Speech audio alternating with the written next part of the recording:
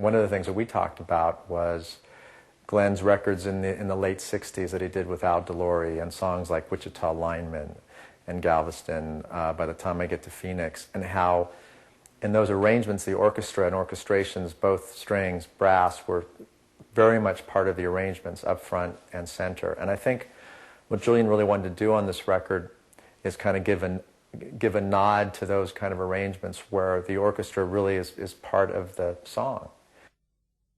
So it's very exciting for me to go into the studio and be able to work on this record and pay tribute, in a sense, to those records and those arrangements from that era. And I've been a fan of his for a long time, as I said, since I took piano lessons as a kid.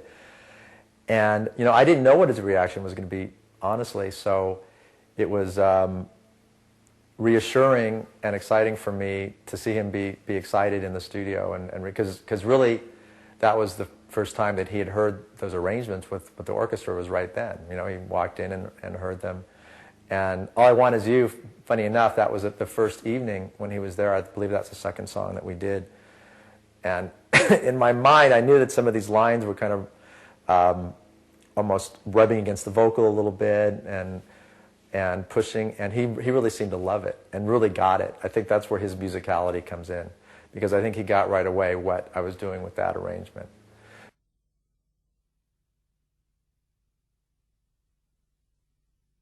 You know, he's probably one of the best, has one of the best natural ears for harmony and phrasing and all that stuff. So when he, you know, says that, it's definitely something I should listen to. I mean, just kind of growing up singing harmonies with him, he, you know, kind of instills like a kind of natural sense about it. So it's just kind of, you know, singing with him growing up and everything kind of instilled that, I suppose.